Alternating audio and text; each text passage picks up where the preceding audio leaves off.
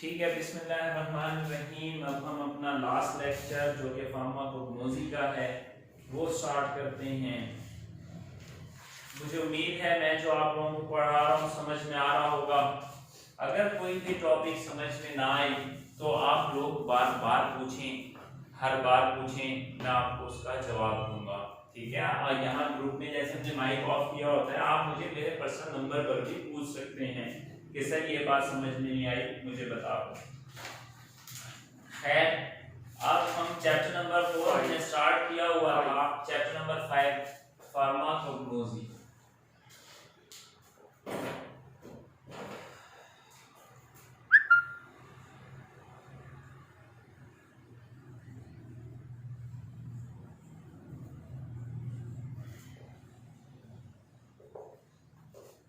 Chapter number 5 है और chapter number 5 का नाम जो है वो एंजाइम्स है। एंजाइम्स मैंने बताया था कि ये प्रोटीन इन नेचर होते हैं, प्रोटीन के बने होते हैं और ये किसी भी बायोकेमिकल रिएक्शन को स्पीड अप कर देते हैं। बायोकेमिकल रिएक्शन यानी वो रिएक्शन जो हमारे बॉडी के अंदर वकूपजीर हो रहे हैं उनको तेज कर देते हैं, तो उनको एंजाइम्स कहते हैं। फिर आपने कैटलिस्ट पढ़ा, वो केमिकल रिएक्शन को तेज करते हैं। फिर आपने ऑर्गेनिक सब्सटेंस, इनऑर्गेनिक सब्सटेंस पढ़ा। फिर आपने सबस्ट्रेट पढ़ा। सबस्ट्रेट वो मॉलिक्यूल था जहां जिस मॉलिक्यूल के ऊपर एंजाइम एक्ट करता है। फिर आपको मैंने पिक्चर से एंजाइम सबस्ट्रेट कॉम्प्लेक्स के बारे में बताया जिसको ESC कहते हैं। ESC that means enzyme substrate complex, जिसके बारे में मैंने आप लोगों को बताया था ये लॉक एंड की मॉडल की तरह होता है। लॉक एंड की मॉडल, ताले और चाबी के नमूने के तौर पर एंजाइम सबस्ट्रेट से जुड़ता है। जैसे ये मैं इस पेन को कैप लगा रहा हूं, ये फिर हटता नहीं है। ये कैप इस पेन के लिए ही मखसूस है, दूसरे पेन पे नहीं आएगा। इसी तरह लॉक एंड की का मतलब क्या होता है, जैसे एक ताला दूसरी चाबी के लिए बना होता है, उसी चाबी के लिए बना होता है। एक चाबी उसी ताले के लिए बनी होती है, उस चाबी से ना कोई और ताला खुल सकता है, ना वो ताला किसी और चाबी से खुल सकता है। ये लॉक एंड की मॉडल होता है। तो जो एंजाइम जिस मॉलिक्यूल का होगा उसी मॉलिक्यूल के ऊपर उसको बैठने की जगह मिलेगी। जैसे सुक्रोज, जिसको हम टेबल शुगर घरों में इस्तेमाल होने वाली चीनी भी कहते हैं, एक डाइसैक्राइड है। डाइसैक्राइड का मतलब इसके अंदर सैक्राइड यानी शक्कर के दो यूनिट्स हैं। कौन कौन से यूनिट हैं? ग्लूकोज और फ्रक्टोज। ग्लूकोज और फ्रक्टोज दो मोनोसैक्राइड से मिलकर ये डाइसैक्राइड बना है और इस सुक्रोज को ब्रेक करने वाला एंजाइम सुक्रेज है। क्या है भाई? सुक्रेज। सुक्रेज आएगा। सुक्रेज, उसका नाम सुक्रोज से मिलता जुलता इसलिए रखा ताकि हमें सुक्रेज का नाम आते ही समझ में आ जाए कि ये सुक्रोज को तोड़ने वाला एंजाइम है। जैसे लिपिड्स को तोड़ने वाले एंजाइम को, लिपिड्स जो आप बायोकेमिस्ट्री में पढ़ रहे हो, उसको तोड़ने वाले एंजाइम को लाइपेज कहते हैं। क्या कहते हैं? Lipase. Lipase. Lip mean fat, and पर आएगा ASCase, एंजाइम के एंड पर एज आएगा। इसी तरह प्रोटीन को तोड़ने वाले एंजाइम को प्रोटीन से प्रोटीएज, प्रोटीएज आ जाएगा। आप समझ जाओगे प्रोटीन पर असर कर रहा है। ठीक है, तो कोशिश की जाती है कि एंजाइम को वही नाम दिया जाए जो उसके सबस्ट्रेट का नाम है, ताकि हमें एंजाइम्स को अलग से याद करना मुश्किल ना हो और नाम आते ही हम समझ जाएं कि इनका क्या काम है। आज एक बहुत इंपॉर्टेंट टॉपिक हमने पढ़ना जो अब हम स्टार्ट कर रहे हैं, बहुत अहम है, पेपर के लिहाज से भी आता है। और आपको ये बातें तो वैसे सब पढ़ चुके हो इसके इंट्रोडक्शन में, लेकिन वो लिखा हुआ है difference between enzyme and catalyst. Difference पढ़ना है बिटवीन एंजाइम्स एंड कैटलिस्ट के दरमियान में डिफरेंस पढ़ना है। ये पेपर में आ जाता है सवाल 5 नंबर का। ठीक है, इसको याद रखो। तो मैं इसको बताता हूँ। वैसे तो मैंने एंजाइम और कैटलिस्ट के बारे में सब कुछ बता चुका हूँ, वही बातें अब इन्होंने टेबल की शक्ल में लिखी हुई हैं एंजाइम और कैटलिस्ट के डिफरेंस के तौर पर। All enzymes are organic substances, पहला कॉलम एंजाइम का है, दूसरा कैटलिस्ट का है। वो कह रहे हैं कि all enzymes are organic substances, आपने पढ़ा था कि तमाम एंजाइम्स ऑर्गेनिक इन नेचर होते हैं, प्रोटीन ऑर्गेनिक मॉलिक्यूल हैं, लिहाजा वो ऑर्गेनिक हैं। आपने पढ़ा था कि एंजाइम केमिकल रिएक्शन में यूटिलाइज हो जाते हैं। मैंने बताया था कि यूटिलाइज का मतलब होता है इस्तेमाल होना, उर्दू में यूज के मायने भी इस्तेमाल होना होते हैं, लेकिन यूटिलाइज ऐसा इस्तेमाल होना है कि वो इस्तेमाल होके वो चीज खत्म हो जाए। जैसे गैस का सिलेंडर आप इस्तेमाल कर रहे हैं आग जलाने के लिए, खाना पकाने के लिए, लेकिन सिलेंडर इस्तेमाल हो रहा है और गैस भी इस्तेमाल हो रही है, पर गैस ऐसा इस्तेमाल हो रही है कि दोबारा सिलेंडर रिफिल करवाना पड़ता है, यानी गैस यूटिलाइज हो रही है और सिलेंडर यूज हो रहा है। वही सिलेंडर बार बार इस्तेमाल हो जाता है। जिस तरह पेन में आप इंक भरते हैं, पूरे का पूरा पेन, उसकी निब, उसका हर चीज इस्तेमाल हो रहा है लिखने में, लेकिन इंक उसकी यूटिलाइज हो रही है, इस्तेमाल होके खत्म हो रही है। तो इस तरीके से एंजाइम जो है यूटिलाइज हो जाते हैं। और ये क्या होते हैं, सबसे पहला point, all enzymes are the organic substances, तमाम के तमाम एंजाइम्स ऑर्गेनिक मॉलिक्यूल होते हैं। जबकि इसके मुकाबले में क्या लिखा हुआ है, all the catalyst are inorganic substances, तमाम कैटलिस्ट इनऑर्गेनिक सब्सटेंसेस हैं। मैंने आपको बताया था कि इनऑर्गेनिक सब्सटेंसेस वो मॉलिक्यूल होते हैं जिनमें कार्बन या हाइड्रोजन, कार्बन और हाइड्रोजन, स्पेशली कार्बन लाजमी जुज के तौर पर शामिल ना हो, जबकि ऑर्गेनिक कंपाउंड्स में कार्बन उनका लाजमी जुज के तौर पर होती है उनके स्ट्रक्चर में।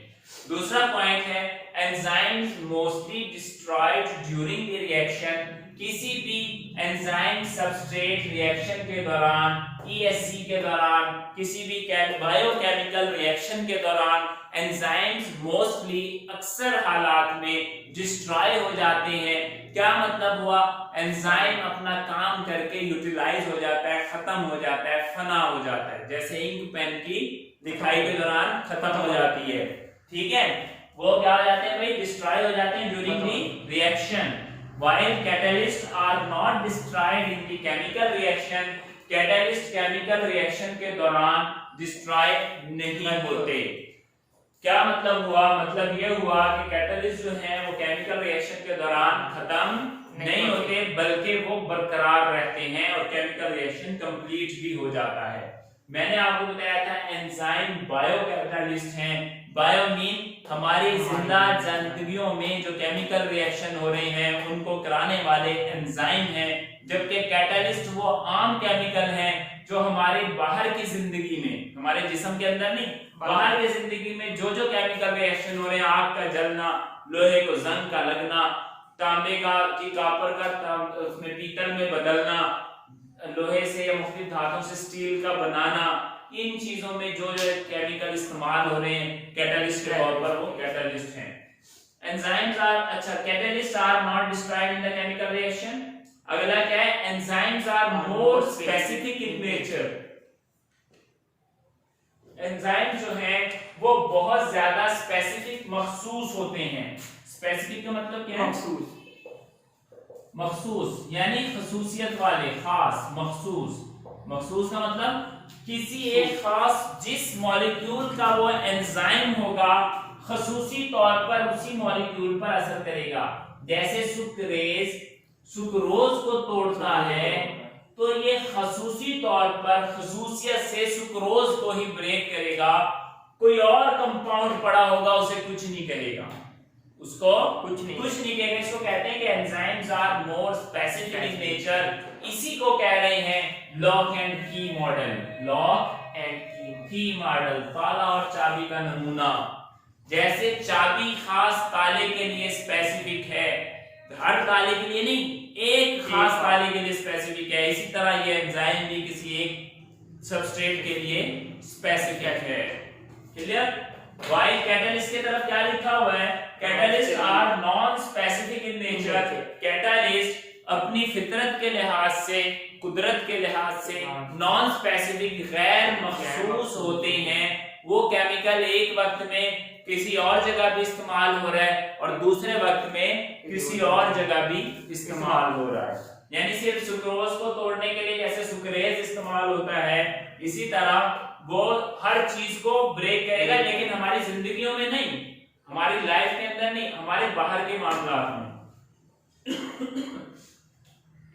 Enzymes are very complex in nature. Enzymes फितरत के लिहाज से, कुदरत के लिहाज से बहुत कॉम्प्लेक्स होते हैं, बहुत पेचीदा होते हैं। कॉम्प्लेक्स या पेचीदा से क्या मुराद है? इनका स्ट्रक्चर बहुत कॉम्प्लेक्स होता है, क्योंकि आपको पता है एंजाइम ऑर्गेनिक कंपाउंड्स हैं, तो ऑर्गेनिक कंपाउंड्स तो वैसे ही कॉम्प्लेक्स होते हैं इनऑर्गेनिक कंपाउंड से। उनका स्ट्रक्चर क्या होता है? पेचीदा होता है। फिर एंजाइम्स प्रोटीन्स हैं, प्रोटीन अमीनो एसिड की बनी होती है, और एक अमीनो एसिड नहीं बल्कि खरबों अमीनो एसिड की बनी होती है, लिहाजा इनका स्ट्रक्चर और ज्यादा पेचीदा हो जाता है।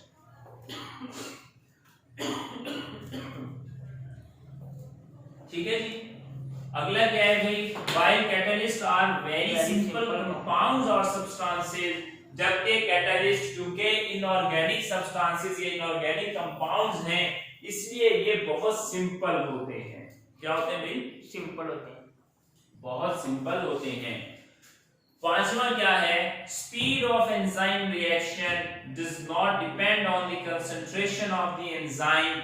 एंजाइमेटिक रिएक्शन की रफ्तार, स्पीड, रफ्तार ऑफ एन एंजाइम रिएक्शन, कोई भी बायोकेमिकल रिएक्शन, बायोकेमिकल रिएक्शन का मतलब क्या है? मिसाल तौर पर लिपिड्स आपके जिस्म में ब्रेक हो रहे हैं, क्या हो रहे हैं भाई? ब्रेक, टूट रहे हैं, लिपिड्स ब्रेक हो रहे हैं, हजम हो रहे हैं, उनका हाजमा हो रहा है, यानी जिस्म के अंदर हजम हो रहे हैं। इनको कौन हजम कर रहा है? लिपिड्स का एंजाइम हजम कर रहा है। लिपिड्स का एंजाइम क्या है? लाइपेज। क्या एंजाइम? लाइपेज। लाइपेज इनको तोड़ रहा है। तो वो कह रहे हैं कि इनको तोड़ने, एंजाइम क्या करते हैं?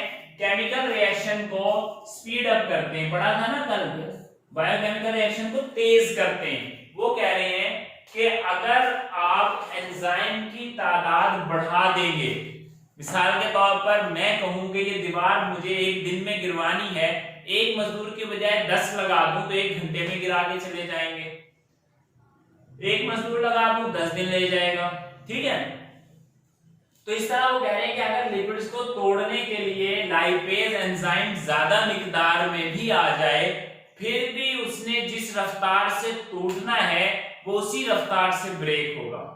वो मॉलिक्यूल जिस रफ्तार से ब्रेक होना है उसी रफ्तार से ब्रेक होगा, जल्दी ब्रेक नहीं होगा। उस रिएक्शन की स्पीड तो बढ़ेगी एंजाइम के आने से, लेकिन इतनी नहीं बढ़ेगी कि बहुत ही ज्यादा बढ़ जाए, बहुत ही ज्यादा बढ़। इसको लिखा हुआ है स्पीड ऑफ एंजाइमेटिक रिएक्शन।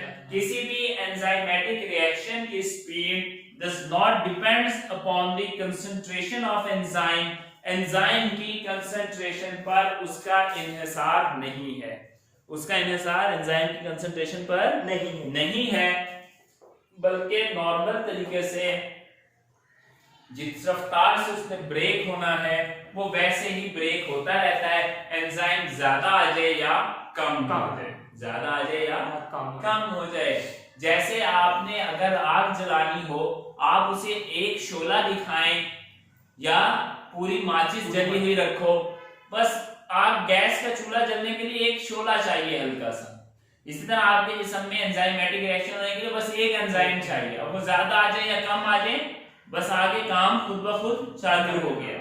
लेकिन कैटालिस्ट जो होते हैं दूसरी साइड पर, speed of catalytic reaction, catalyst के जरिए किया गया कोई भी केमिकल रिएक्शन जो है उसकी स्पीड डिपेंड अपॉन, मुनहसिर है the concentration of catalyst, catalyst की कंसंट्रेशन पर। यानी जितना ज्यादा कैटालिस्ट होगा उतना तेज केमिकल रिएक्शन होगा, जितना कम कैटालिस्ट होगा उतना स्लो केमिकल रिएक्शन होगा। इसकी मिसाल ऐसी है जैसे लकड़ियां जल रही हैं, जितना ज्यादा तेल छिड़केंगे उतनी ज्यादा आग भड़केगी, जितना कम तेल छिड़केंगे उतनी कम आग भड़केगी, ठीक है, एक मिसाल है। तो इस तरीके से इसकी स्पीड जो है कैटालिटिक रिएक्शन की वो इस पर डिपेंड करती है कि कैटलिस्ट की कंसंट्रेशन कितनी है। कम है तो स्पीड कम, ज्यादा है तो स्पीड ज्यादा। ये बहुत इंपॉर्टेंट था पेपर के लिहाज से, difference between enzyme and catalyst. आपको मेरे समझ आया होगा। अगर कोई बात समझ नहीं आई तो प्लीज मुझसे पूछ लें। तो अब इसके बाद जो है वो कैटालिटिक प्रॉपर्टी है ऑफ एंजाइम, ये हम इंशाल्लाह कल पढ़ेंगे। आज के लिए इतना ही। अगर आप लोगों का कोई क्वेश्चन है तो प्लीज मुझसे क्वेश्चनिंग कर लें। तमाम स्टूडेंट्स से अगर क्वेश्चंस हैं तो मैं आपको टाइम दे रहा हूं, प्लीज आस्क।